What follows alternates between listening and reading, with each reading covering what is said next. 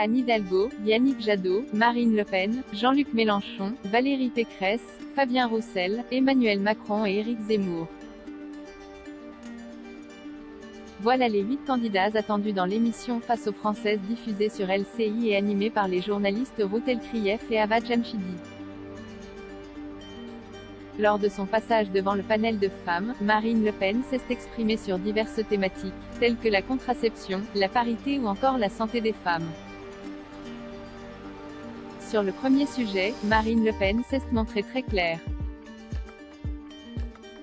Je pense que la contraception doit être remboursée totalement, c'est-à-dire qu'elle doit être en réalité gratuite et pas seulement pour les moins de 25 ans, a déclaré cette dernière avant d'ajouter « Je pense que l'accès à la contraception est un progrès considérable pour les femmes et que c'est un coût non négligeable tous les mois, c'est un effort, surtout lorsque le pouvoir d'achat est mis en cause ».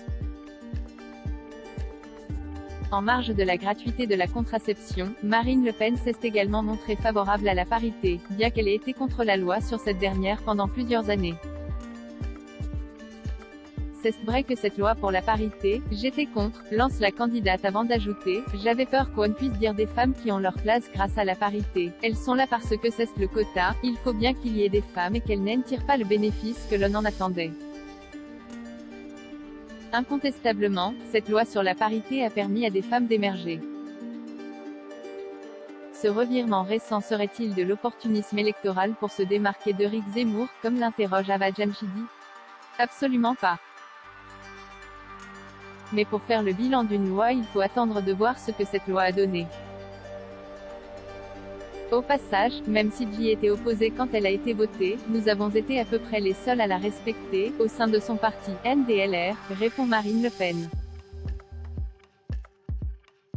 Marine Le Pen, sa position sur l'endométriose pour finir, Marine Le Pen a évoqué la santé des femmes, indiquant l'importance d'avoir accès à des gynécologues.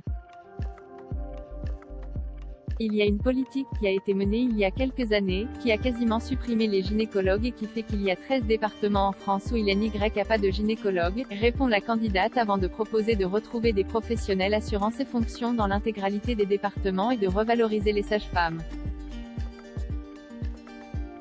Un changement nécessaire pour Marine Le Pen qui compte également reconnaître l'endométriose comme affection de longue durée.